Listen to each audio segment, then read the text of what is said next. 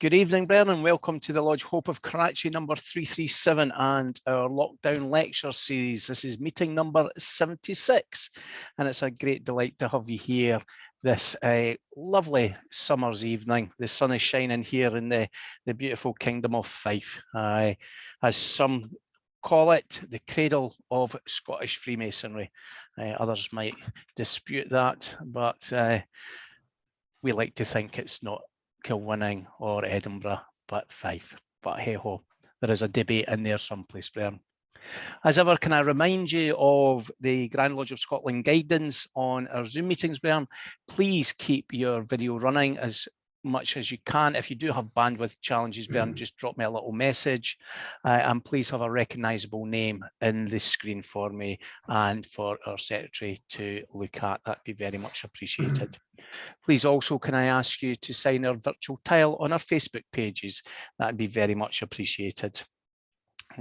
I think since we last met, Bern, it's been quite a momentous week for the Scottish craft at home, and we do see a future ahead where we will be able to get together and join face-to-face at our Masonic meetings, and hopefully we do that in a safe and secure environment for all our Bern, and whatever direction your lodge is going, all the very best for your forthcoming meetings.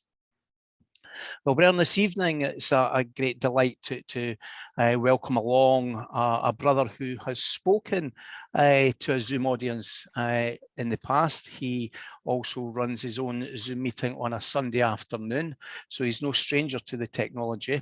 And I'd like to welcome Brother Craib, past master of the Old Inverness St John Lodge number 6. He's also the junior deacon at Lodge Fingal up there north of Inverness, proxy master of Lodge Togo.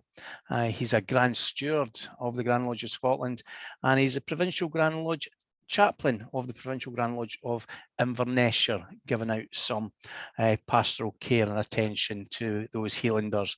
He's also in a variety of other orders, Bern, and he's very well known to many of us as a regular attender at the Lodge Hope of Karachi lockdown lecture series. He's a cran driver extraordinaire, and I know that because a friend of mine in Markinch worked for many years on the rigs with him.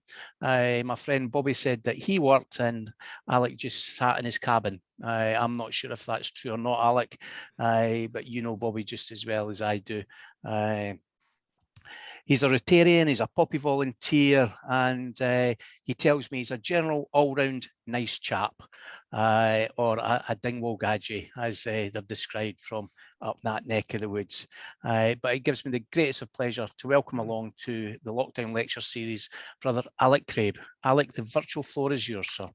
Thank you, Brother Mickey. I must say, if Bobby Gardner says it's right, it must be right.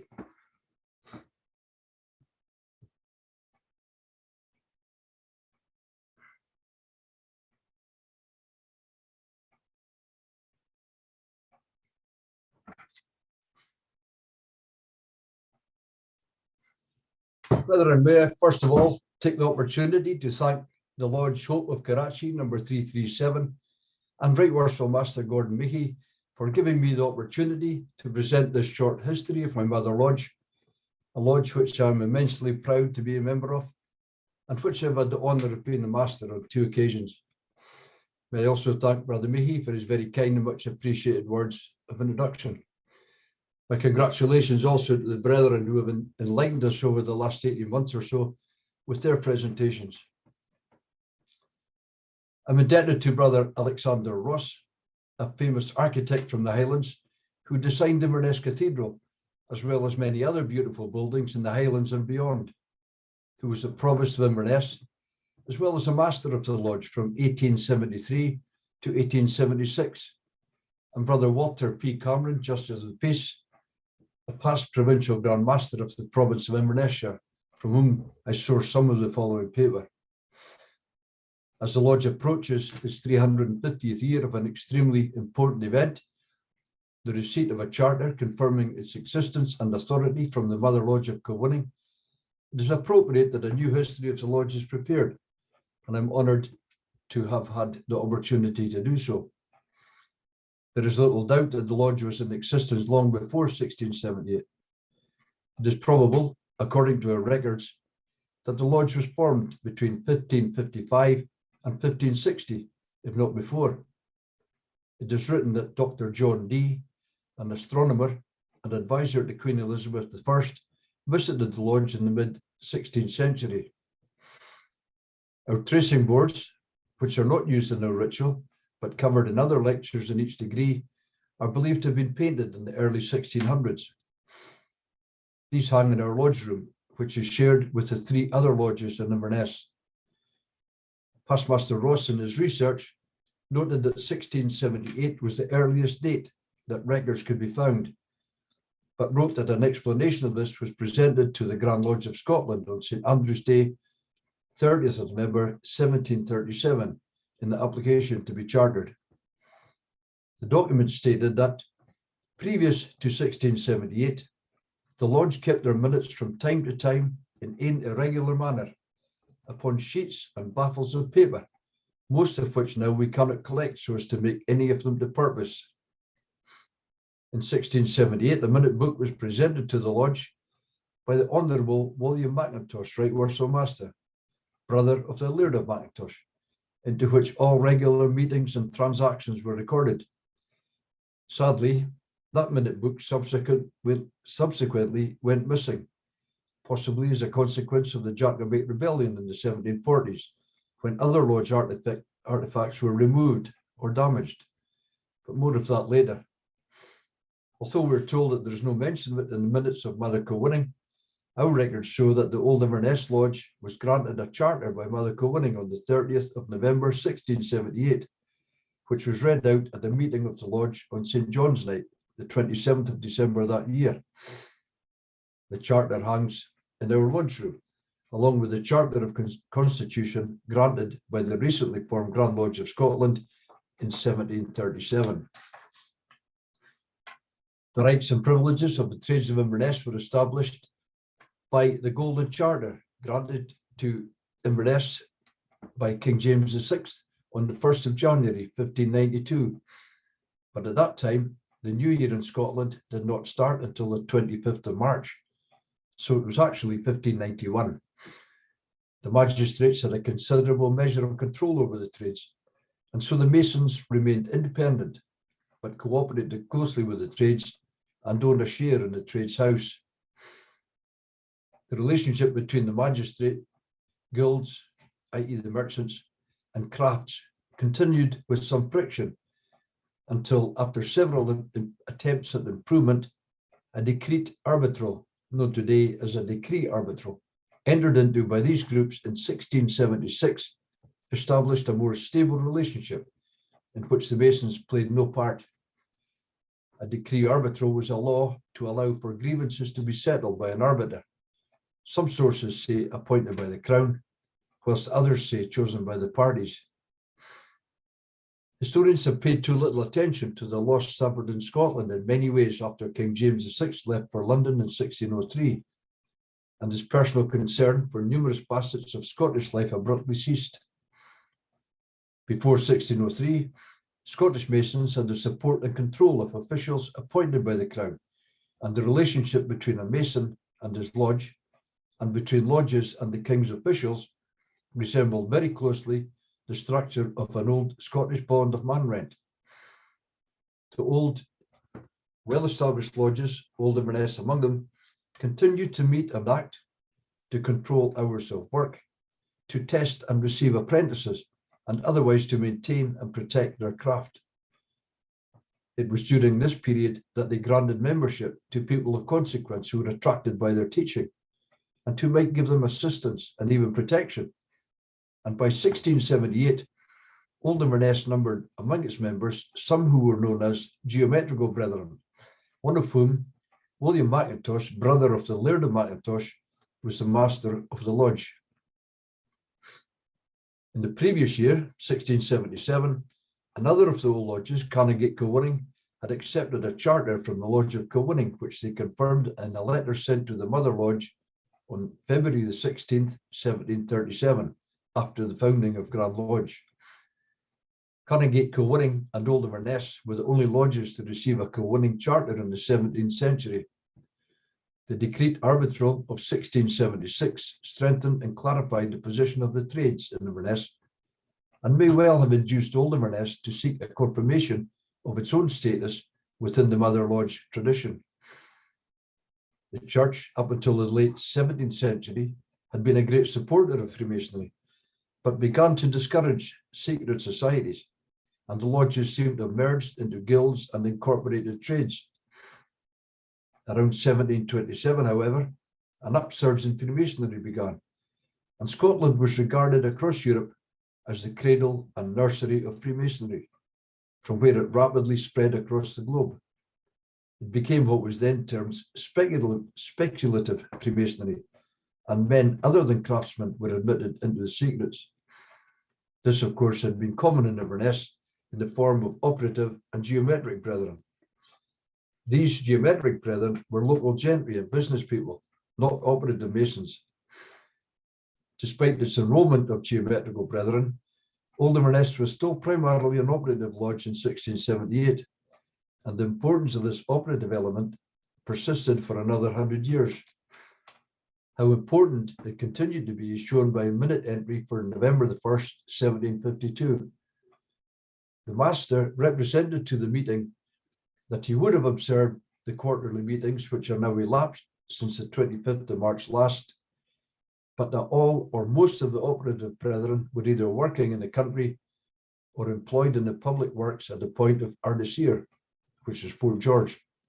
And for that reason, he thought it unnecessary to convene the few geometrical brethren who live in the borough, as no business could be concerted or settled in the absence of the operative brethren, and more particularly, that he thought it a hardship straightening season, which called aloud for the utmost diligence.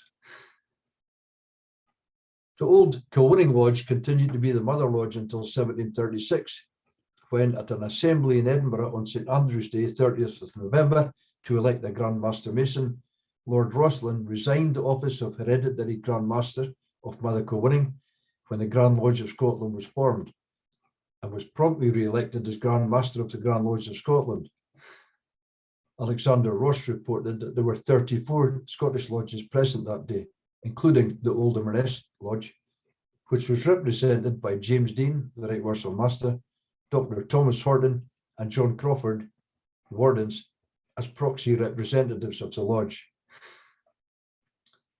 The application to the Grand Lodge of Scotland for a charter by the lodge was dated the 30th of November 1737 and was granted that day, St Andrew's Day, by Grand Lodge, to Lodge Old Kilwinning St John No. 9, according to George Draffin's records.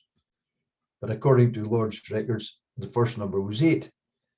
But we know that Draffin didn't always get things right. He had Lodge Ortrose 108 shown as being in Harris and not Lewis. It was interesting to hear Brother Magnus Burgess, past master, Lodge Canongate and Leith and Canongate, number 5, point out at another presentation that they too were numbered 8. I think further research on that point on my part is required. On that day, George, the Earl of Cromarty and Viscount of Tarbet, had been elected to the office of Grand Master Mason. At a meeting of the Lodge on the 22nd of December 1737, the charter from the Grand Lodge of Scotland was read for the first time. Around 1735, some of the geometrical brethren from the lodge formed a new lodge, known as New Inverness, until the name Lodge St Andrew was decided upon, and their charter, number 31, was issued by Grand Lodge on the same day as the Old Inverness Lodge. The purpose of the new lodge was to assist in entertaining important visitors to the Old Inverness Lodge. The two lodges retained a close affinity though. Old Inverness continued to attract geometrical brethren and welcomed distinguished visitors to the lodge, including Alexander Drummond, Provincial Grand Master of Scotland in 1739, and General Sir Adolphus Oaten, Commander of the King's Forces and Grand Master Mason in 1770, who had been visiting Fort George to inspect the troops there, whom St Andrews number 31 assisted in entertaining. In 1740, the Old Inverness Lodge purchased a mort cloth a cloth used to cover the coffin, and the man's social standing was gauged by the possession of it at appropriate burials. The lodge wished to have it in her power to see indigent brethren decently and honourably interred. In true Scottish fashion, though a charge was made for its use, it was the duty of the tailor to carry the workcloth to the funeral service of the brethren, and for this he'd be paid 1 shilling for loss of wages incurred. The Jacobite rebellion of 1745-46 had a huge effect on society in the Highlands, understandably, and Freemasonry was no exception. It is clear that some clans, including the Macintoshes, sided with Bonnie Prince Charlie, whilst others were loyal to the king. In 1746, the house in Church Street, wherein the lodge room was situated, was taken over by the Duke of Cumberland and his forces. The house was built on land gifted to the incorporated trades and masons by the Dowager Lady Drumure about 1772. The story goes that as Bonnie Prince Charlie, son of the exiled King James VII, born on the 31st of December 1720, had slept in the house prior to the Battle of Culloden, the Duke, third and youngest son of King George II, sent her to prison for the duration of his occupancy. She was quoted as saying that she had had 2 king's bairns living under her roof and didn't want to see another one. The St. Andrew's Lodge room was used as a guard room by the elderly sergeant, and the disruption to lodge workings was such that there had not been a meeting of the lodge between St. John's Day in 1745 until St. John's Day in 1747. It was recorded that at this meeting, the members of the lodge inquired of the treasurer for the charter, records, jewels, utensils, and cash. His response was that during the time of the Duke of Cumberland's occupancy, all the particulars mentioned were destroyed or carried off, except for the charter, which he had saved by accident, and which he now laid before the lodge. The lodge considered this loss with concern, and as a calamity which they could not remedy, proceeded to elect office bearers for the following year, although the treasurer did come under some suspicion. Nothing, however, was proven. Evan Bailey of Dochvoor was elected master for the ensuing year. Brother Bailey was a predecessor of Michael Bailey, the Right Worshipful Master of Lodge Old Inverness Kilwinning St. John's No. 6 during the tercentenary in 1978, and a past Grand Master of the Grand Lodge of Scotland, better known as the Right Honourable Lord Burden, a man who the Lodge is immensely proud of.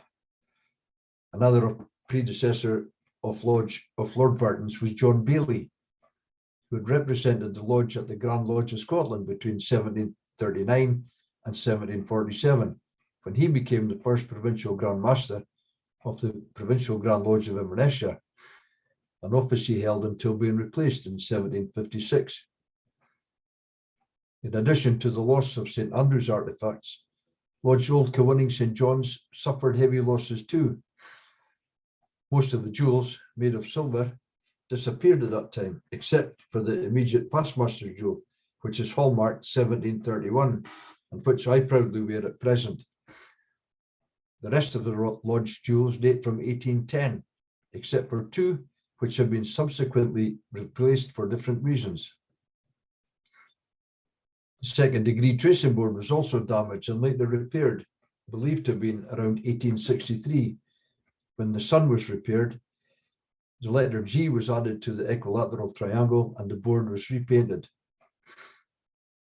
The Right Worshipful Master's jewel was replaced about 1810 by a local craftsman who produced the square and compasses.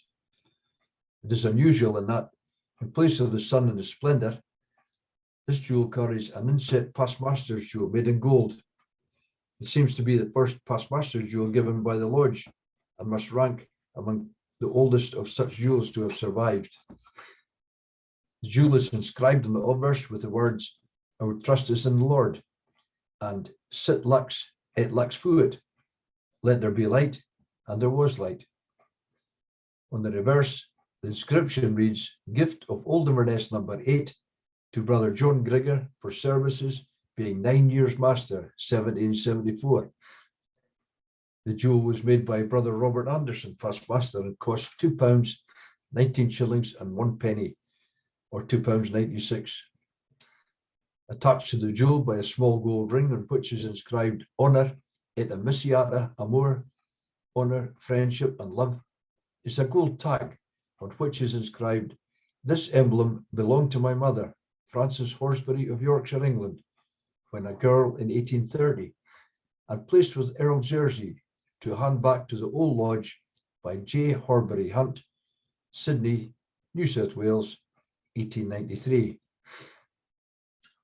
On the 29th of September 1746, a second petition was prepared for a loft or balcony to be erected in the Highland Kirk, following a previous application made in 1728. The petition was read out in the presence of the Kirk session, the petition reading that the Masons had no place in either of the churches of the borough for accommodating them to hear the word of God. The Kirk session, having heard the submission, made a site visit to the nominated church.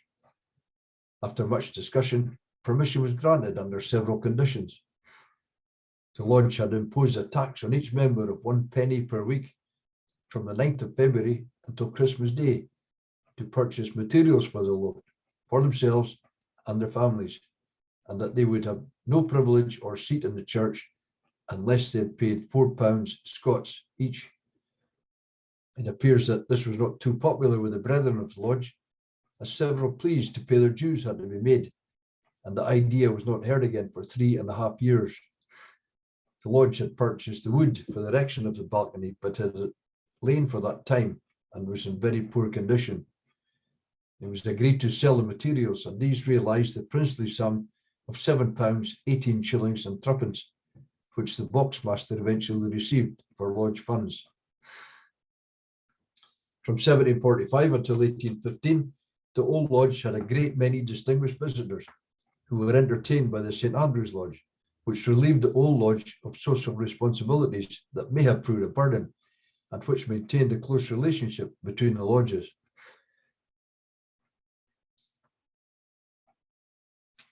During this period, many firing glasses were purchased, which are still in the lodge's possession today.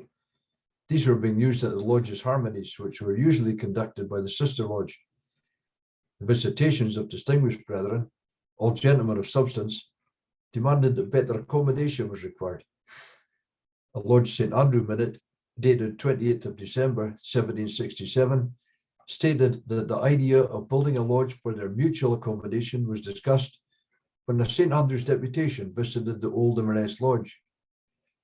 The Old Inverness minute of the same evening stated that the sister lodge proposed to have a lodge erected and built for the accommodation of both bodies, and that the sister lodge would apply to their outmost for contributions to gentlemen who might occasionally be in the place. Each lodge would fund a substantial sum, and the contributions would augment the building costs. Several sites were considered in the centre of Inverness, and finally the site on Church Street was purchased in 1775 for £200 Scots. By 1776, the subscriptions had fallen well below the expected and required level, so St. Andrews applied most firmly to the Old Lodge to sell their property immediately to allow the construction of the new building. The Old Inverness Lodge owned a 7th share in the Trades House, the other 6 shares being held by the 6 incorporated trades. There was clearly some reluctance among the brethren of the lodge to sell their shares and to sever their association with incorporated trades. And it wasn't until May the 2nd, 1780, that they recorded the sale of their 1/7 share to the 6 incorporated trades. Incorporated trades owned several properties in the centre of Inverness, which yielded good revenue, and it appears that the Old Lodge had benefited from this prior to the sale of their share in the trades. The new premises were finally built and completed on June the 5th, 1780, at an estimated cost of around £1,800, and initially known as the Caledonian Inn, later changed to the Caledonian Hotel. Sadly, by February 1785, the lodges were in debt to the sum of £730. It was such that any income that could be raised from the inn would not cover its outgoings. So it was agreed that they must reduce the debt It was agreed that they must reduce the debts or risk losing the inn. The annual burden was £48 and 10 shillings, and the best rent that they could secure was £50. Subsequently, it was agreed that they must increase the fees, advertise the inn in the Edinburgh newspapers, and grant annuities. These transactions raised concerns among the operative brethren. For some years, the lodge had struggled to secure acceptance of its authority over the operative masons, and this became even more evident after the sale of Trades House. Although the operative connection had begun to lose its usefulness to operative tradesmen, the tradition of the old association remained. In 1795, several operative masons presented a petition to both lodges asking for a recommendation to form a new lodge, which was given, and a new lodge, Clachnacadden Operative number 259, was formed in 1796. The old lodge was asked for assistance to build a lodge room, but this was rejected due to the present debts being incurred by the lodge and the inn. The Clachnacadden Lodge was wound up in 1824, and this effectively marked the end of the old lodge as an operative lodge. On the 6th of May 1799,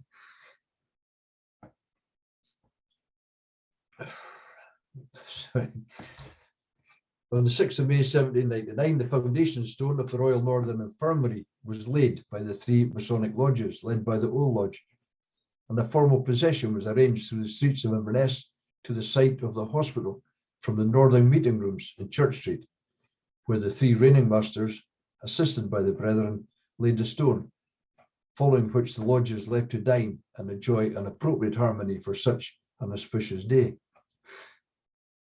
A meeting of the lodge was called for the 23rd of August, 1799, to consider the Unlawful Societies Act, which had been passed by Parliament for the suppression of seditious societies, which potentially involved Masonic lodges. This followed a communication from the Grand Lodge of Scotland, which had met on the 5th of August of that year.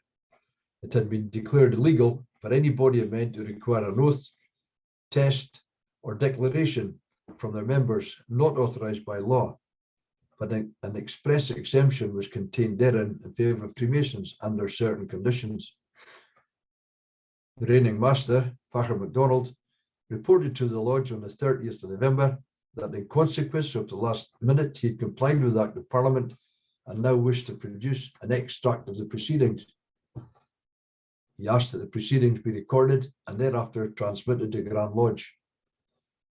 He had made several declarations in the presence of Mr. James Grant, Justice of the Peace and Clerk for the County of Inverness. These included the title of the lodge, the Old Kilwinning Lodge of Inverness, number 8 of Scotland.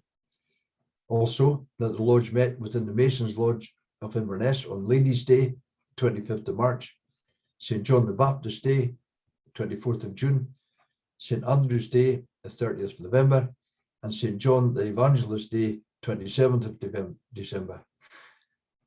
As an aside, because the meetings were held quarterly, the dues became known as quarter pennies, a term we use this day in the lodge. A letter from the Grand Lodge on the 18th of November 1801 intimated a division of districts for provincial Grand Masters and classed St. John's as number 9 instead of number 8, which caused much unrest in the lodge. After 1815, there was a sudden drop in the number of visitors to Inverness lodges, particularly to Lodge St. Andrew. The new lodge had maintained a special relationship with the old lodge during its existence, its members concerning themselves with the social and benevolent aspects of Freemasonry, leaving the old lodge to work as an operative lodge and to act as a senior Inverness authority in Freemasonry. Lodge St. Andrew welcomed as visitors or initiates members of many notable Highland families, the Baileys, the Macintoshes and the Frasers, including the chiefs of these families and many others of like status from the wider Highlands. Leading Inverness residents in his membership included Governor Caulfield, who had succeeded General George Wade as Her Majesty's or His Majesty's Inspector of Road in 1732, and who had continued Wade's programme of building roads and bridges. Joseph Mitchell, a noted civil engineer who had been apprenticed to Thomas Telford, during the construction of the Caledonian Canal, and Provost Thomas Gilsane. In 1816, the Old Lodge was renamed Old Inverness Kilwinning St. John's and renumbered as number 6. Although the Lodge has traditionally used the Roman numerals number VI, although at this time the reason for this is unclear. The year 1837 proved itself to be a watershed for Freemasonry in Inverness, with the recently formed Lodge, Union Lodge number 350, folding. This lodge had been formed in 1819 to address the great apathy and neglect which the lodges already established have evinced. The first meeting set out objectives of preserving and perpetuating the solemn mysteries of the Sacred Order of Freemasonry, to establish a fund to help distressed brethren, to petition for a charter, to borrow money for jewels and other paraphernalia for a lodge to be called Union Lodge, and to elect office bearers. It appears that the lodge did not have a happy or successful existence, having been threatened with being struck off the roll by the Grand Lodge of Scotland in 1830, unless they settled their arrears. The Lodge regalia and artifacts were passed on to Lodge St. Mary's Caledonian, operative number 339, apart from the Lodge seal, which remains in the possession of Lodge St. John's, and is in fact in the museum at the Grand Lodge of Scotland at present. That year, 1837, Lodge St. Andrew number 31, having had no candidates since 1815, formally united with the Old Lodge again.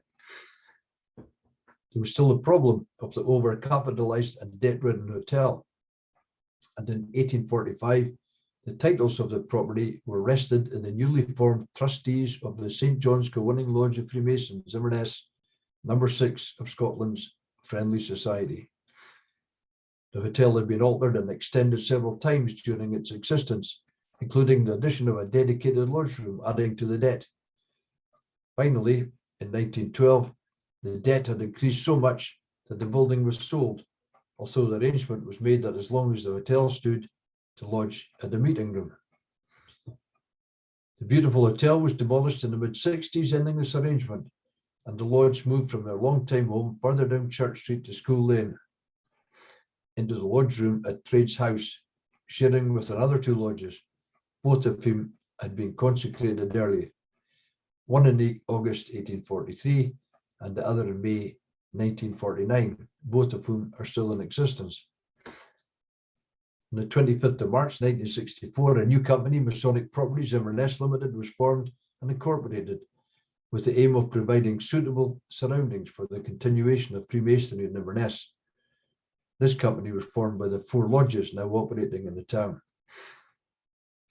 The present Masonic Club, hitherto a family home, was purchased and converted into a social club, but more importantly, a temporary Masonic temple, and was used by 3 of the lodges until the construction of the new Masonic temple was completed, and the temple was consecrated by the Grand Lodge of Scotland, led by Brother Captain Robert Woolrich Gordon of Esselmont, the Grand Master Mason, on the 24th of April 1976.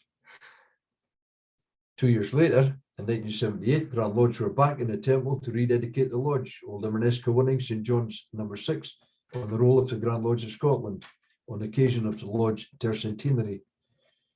The Right Worshipful Master on that day was the Right Honourable Lord Burton, later to become the Grand Master Mason of Scotland. The lodge has, in common with other lodges, endured downs and enjoyed ups, but is still as strong as ever. We've had a string of candidates over recent years and have candidates to initiate and will return to open meetings hopefully soon. Summary: during its pre-1678 rule and until 1763, Old Inverness was a strong operative lodge, which at an early date attracted the interest and support of many geometrical brethren because of the intellectual and moral appeal of his teaching. The lodge was closely in touch with national development, as they showed by their early acceptance of the Kilwinning Charter, and in 1736 by their active participation in the formation of the Grand Lodge of Scotland. The formation of Lodge St. Andrew's Kilwinning number 31 helped them to continue their work as an operative lodge until it became unnecessary in 1780, and to play their part in the tremendous flowering of Scottish Freemasonry during the 18th and 19th centuries. After 1780, they maintained and developed a tradition of Freemasonry in their lodge that was based on a dignified and more sincere working, generous benevolence, and a spirit of corporate harmonious relationship. This, brethren, completes my history of Lodge on Old Inverness, Kilwinning, St. John's number 6, and I trust that I provided an enlightening insight to the history of our ancient lodge. And thank you once again for the opportunity of presenting this history. The more I researched, the more I was fascinated and interested. My research will not stop here. I intend to delve some more. I take the opportunity to thank those who have provided support to me during my endeavours, especially the photographers and the PowerPoint wizard who has asked to remain anonymous. Thanks again, brother. Brother Alec Craib, thank you so much on behalf of everyone here at our lockdown lecture series for a very interesting historical look back in time of Freemasonry in Inverness. Alec, I've had the privilege of visiting your temple and receiving the hospitality of yourself and your bairn, and spent many an hour in the club up there, which is always a great pleasure. And I would recommend anyone who's visiting Inverness, the capital of the Highlands, just to get in touch with Brother Alec Craib, because if he's not available, he will certainly ensure that one of the other brethren up there is there to look after you. And I know a few of our members from Fife and Kinross have taken that hospitality on in the past. Alec, just a couple of things before I go to the questions. I'm lucky enough to have in my collection at home this book, Freemasonry in Inverness, which was the one you referred to. And the frontispiece was presented by permission of the Right Worshipful Master James Leslie Fraser Esquire and office bearers of St. John's Old Kilwinning number 6 of Scotland to Brother William Ross, Inverness, January 1900. And it's one of the 1877 editions, and it's a cracking read, Brennan. So if you manage to find that on eBay, I would highly recommend it. There was two other things that I saw that were connecting your presentation this evening to the Lodge Hope of Karachi, Brother Craib, and one of them was in the picture with Lord Burton as your master. Sitting to his left was Brother the Earl of Elgin and Kincardine, who is an honorary member of the Lodge Hope of Karachi here. And the other connection comes from an article in the Inverness Courier on the 18th of December 1896, when one of our members, a Brother D.G. McIntosh, spoke to the Freemasons of Inverness about his experiences at home and abroad and his travels in India, Egypt and Canada. I think it was done under the auspices of St. Mary's Lodge, but I think all the Inverness Freemasons were invited that evening. And that to me is a lovely story that 125 years later, the Lodge Hope of Karachi is still communicating and learning from Bern and Inverness. So Bern, I will now go to the questions. I know that there are a couple in there for you, Alec. If I can just scroll up this, let's see what the Bern are saying about this evening. Gerard O'Donnell asks you, Alec, when did the first non-operative Mason join the Lodge? The first geometrical, as we call them, or as they were known, brethren joined the Lodge shortly after 1678, when they felt that the teachings of Freemasonry would enhance them. So the local landowners and businessmen felt it would be appropriate to join the Lodge. These were known as the geometric as opposed to the operative Masons. Okay, thank you. David Johnson asks, at the time of the Caledonian Canal, or at the time the Caledonian Canal was built, was there any record of Thomas Telford attending the Lodge? We know that Joseph Mitchell, who was apprenticed to Thomas Telford during the construction of the Caledonian Canal, Joseph Mitchell was certainly a Mason. In fact, he was the first chairman of the Friendly Society There is also some evidence that Thomas Telford was in the craft and did indeed attend the lodge, although not as a regular member. Okay, thank you. Ken Wallace comments, what a well-researched and interesting presentation. Many thanks. And Ken, we hope that you're well on the way to recovery from your news the other week that you gave us. Brother Alec, Slider, excellent Alec. No bad for a cran driver. I think that's Allegedly. a compliment there from Stirlingshire for you. Thanks for a very interesting lecture on the history of masonry in Inverness, Brother Alec. Dickens Sandbach, and I know he lives up in Inverness with you. Now, this is the second time I've heard your talk. I look forward to hearing future developments. So there's a challenge to you, Alec, to keep on delving into those archives. Ian McIntosh, is there a modern transcription of the 1591 Golden Charter from King James VI, as it dates from the same year as the Lodge of Dundee Royal Charter 1591? Would be interesting to compare the texts. I'm not aware of a modern transcription. In fact, I'd be very interested myself to see one. I think that's certainly something that can come out of this, Brian, and I know that you two know how to get in touch with each other. So we look forward to a presentation, face-to-face presentation jointly done by you in the Lodge Hope of Karachi in the future about that translation. So there you go, Ian and Alec, that's your challenge.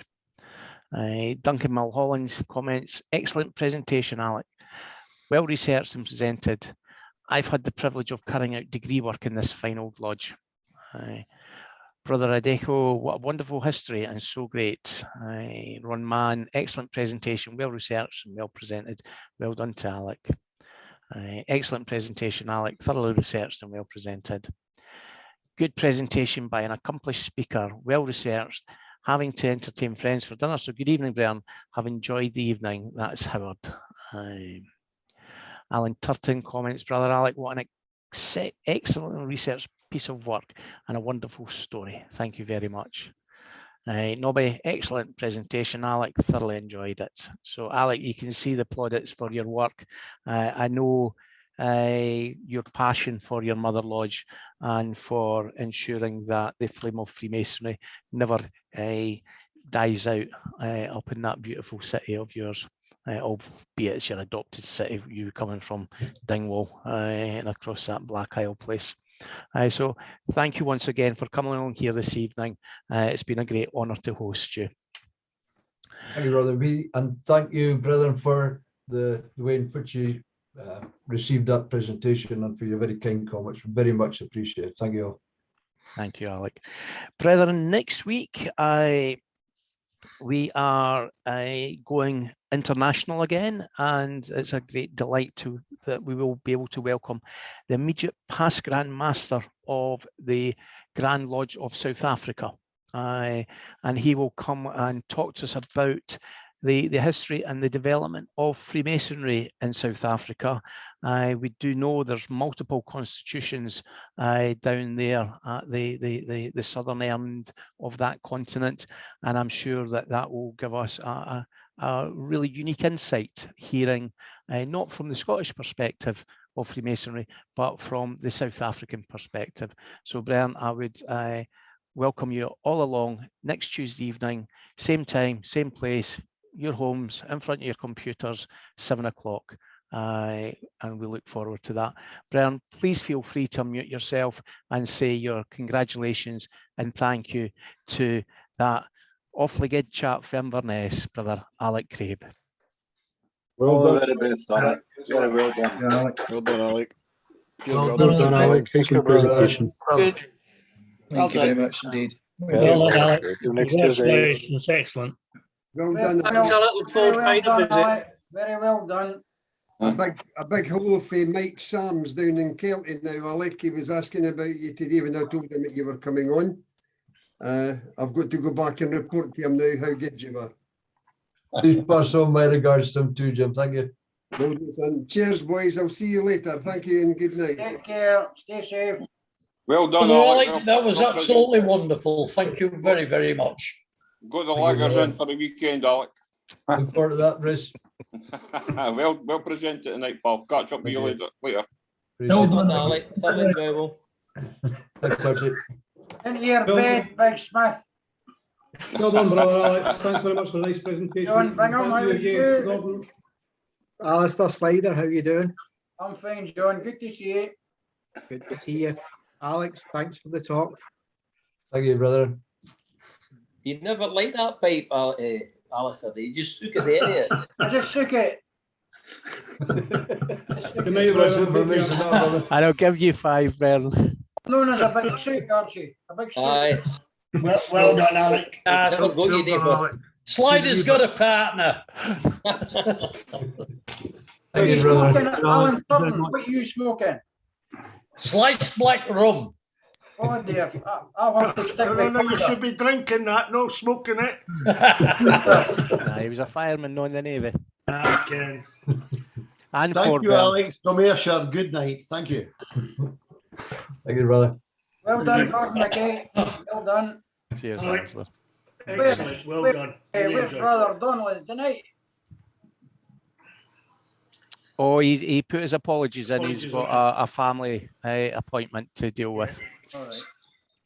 Aye. Yeah, that was a good lecture, Alex, and we'll catch you later on. Thanks, Les. I look forward to seeing you shortly. Yeah, And brother. 3, Bern. Well done, Alec. Well done indeed, sir. Good presentation. Thank you. Thanks, Ronnie. Much appreciated. In your bed, Ford, before Maitland gets you.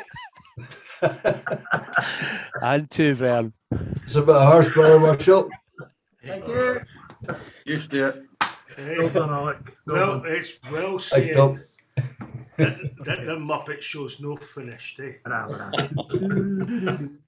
And one, Bern, before we get any renditions of that famous tune, Brother Alec Craib, thank you very much for being our guest speaker this evening at the Lodge Hope of Karachi's lockdown lecture. Thank you, Brian. Good evening.